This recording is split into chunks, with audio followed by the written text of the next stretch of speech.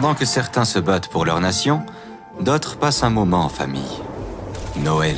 Durant cette période, sur Terre, tout ralentit. Allez, ouvre ton cadeau, Kylian. D'accord. Lors de ces périodes de vacances, les matchs font une pause. Les calendriers respirent et les joueurs rentrent enfin chez eux. Celle-là, elle compte pour de vrai? Et vous savez, même dans les moments simples, tout le monde pense déjà à la suite. Ailleurs, à Riyad, en Arabie Saoudite, un autre roi se pose des questions. Papa, vu que t'en avais pas à la maison, on t'a acheté ça. Certains trophées ne quittent jamais vraiment les esprits. Surtout pour Cristiano. Effectivement. Lançons l'analyse des commentaires pour savoir qui est-ce que vous avez sélectionné entre Ousmane et Lamine. Bon, ça va prendre du temps. Du coup, on y reviendra plus tard. Pendant ce temps, allons voir ce qu'il se passe au Maroc. Car pendant que certains célèbrent, d'autres entrent en guerre. La Coupe d'Afrique des Nations commence. Ici, chaque match est un combat. Et ça, laissez-moi vous dire que Kaby l'a très bien compris. Le Maroc fait le show pour ce match d'ouverture. 2-0 face aux Comores. Une entrée en matière parfaite. La Coupe d'Afrique ne pardonne pas. On ne joue pas pour être vu. Quel départ! Le Sénégal atomise le Botswana! 3-0 pour le premier match!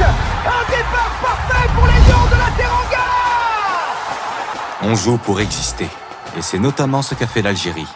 Ce soir, l'équipe ne faisait qu'un. Mais un joueur a brillé. Lui qu'on pensait fini.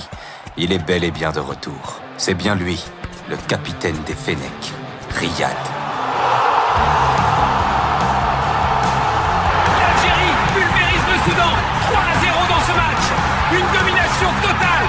Et surtout, grâce au doublé de son capitaine Riyad. La Côte d'Ivoire, elle, s'est fait une petite frayeur face au Mozambique. Mais il ne faut jamais sous-estimer la puissance des éléphants. Diallo sauve la Côte d'Ivoire et offre la victoire 1-0 aux éléphants face au Mozambique! Face à la non-sélection de Pépé suite à une polémique lors d'une interview avec un créateur de contenu, le sélectionneur s'est séparé volontairement d'un atout majeur. Un choix lourd de conséquences qu'il doit maintenant assumer et surtout justifier sur le terrain. Passons maintenant au prochain match, Gabon-Cameroun.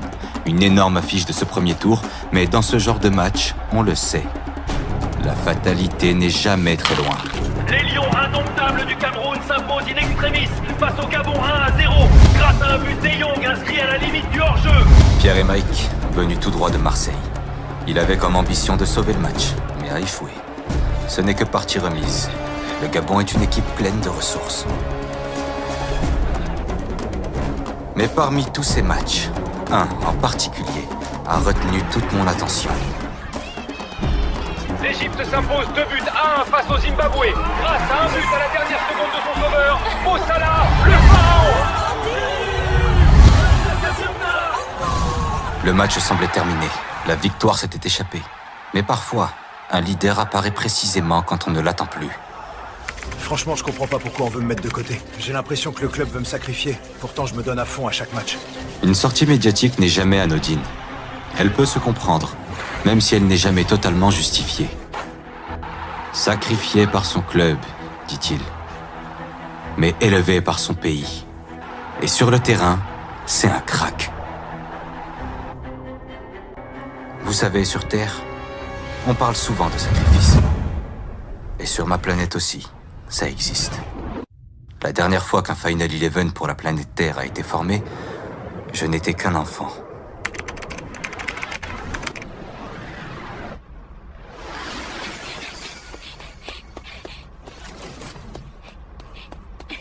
Tu vas où, papa?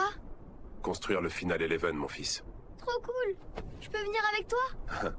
Tu auras le temps plus tard de t'en occuper. Pour le moment, c'est trop dangereux pour toi. Tu reviens quand? J'espère bientôt. Promis.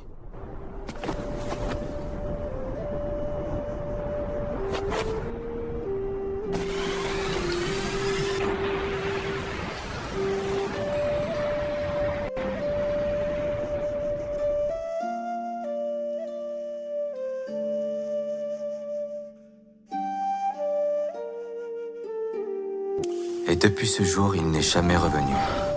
Le temps a continué d'avancer, mais lui est resté, figé dans l'absence. Je donnerai tout, absolument tout pour le revoir, ne serait-ce qu'un instant, pour entendre sa voix, croiser son regard, lui dire ce que le silence n'a jamais pu transmettre. C'est sûrement pour ça que je regarde les oublier autrement, parce que derrière chaque absence, il y a une histoire qui n'a jamais eu droit à sa fin. Bref, c'est du passé. Allons voir ce qu'il se passe sur la toile. Peut-être que je trouverai de l'info pour m'aider à former le Final Eleven. Franchement, faut vraiment poser la question? Je suis un compétiteur, depuis toujours. Quand tu joues à ce niveau-là, tu veux être là pour les grands moments. Normal. Donc si un jour on m'appelle pour une Coupe du Monde avec l'équipe de France, évidemment que je réponds présent. Un retour de Karim. Intéressant, je garde ça de côté. Kylian vient d'égaler le record de Cristiano. Ce n'était qu'une question de temps. Quel joueur incroyable. Bon, ensuite. Ousmane, joueur de l'année. Reconnaissance logique. Par contre, Rafi écarté du 11 de l'année. Ouais. Certaines absences font énormément de bruit. Rafi, vous m'en avez énormément parlé. Je sais qu'il vous tient à cœur. Et à raison. 32 buts, 21 passes décisives. Des chiffres qui parlent. Dans le jeu, il provoque, il crée, il accélère quand tout semble figé. À droite, il apporterait l'équilibre parfait. D'ailleurs, j'ai aussi lu vos commentaires sur les milieux de terrain. Ne vous en faites pas, je prends tout en compte. Effectivement, ce sont eux qui contrôlent le rythme, les transitions, les plus importants, et souvent les plus discrets. Je n'ai pas fini avec eux. Il y aura un focus dédié, très bientôt. Faites-moi confiance. Ah, les résultats de l'épisode 1. Enfin, j'ai hâte de voir. Alors, bon votre choix est clair. Premier joueur sélectionné, Lamine. Lamine rejoint le Final Eleven. Pour l'instant. Mais je le sais, et vous aussi. Sur Terre, rien n'est jamais définitif. Et une saison est longue. Les contextes changent, et le Final Eleven aura forcément besoin de plusieurs solutions. Revenons-en à nos deux oubliés. Deux monstres. Pour aujourd'hui, le choix sera très compliqué. Comme vous le voyez à l'écran, on a Lamine sur le flanc gauche, qui d'ailleurs pourrait bien même jouer numéro 10 ou ailier droit. La polyvalence est importante. Mais bon, ça, on le décidera plus tard. Je vous regarde. Maintenant, c'est à vous. Parmi ces oubliés, Rafi ou Mohamed, le pharaon, qui mérite l'aile du Final Eleven? Répondez en commentaire. Et dans le prochain épisode, vous découvrirez celui qui aura été sélectionné par vous.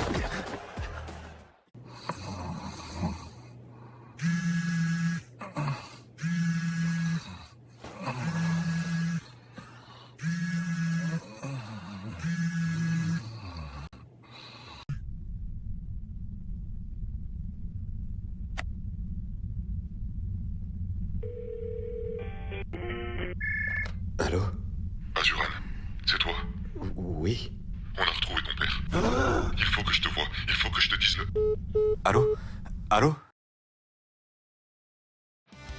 Tu veux suivre ce nouvel animé traitant de l'actualité football et m'aider à créer le Final Eleven? Alors abonne-toi pour ne rien manquer. 2 épisodes par mois, un vendredi sur 2.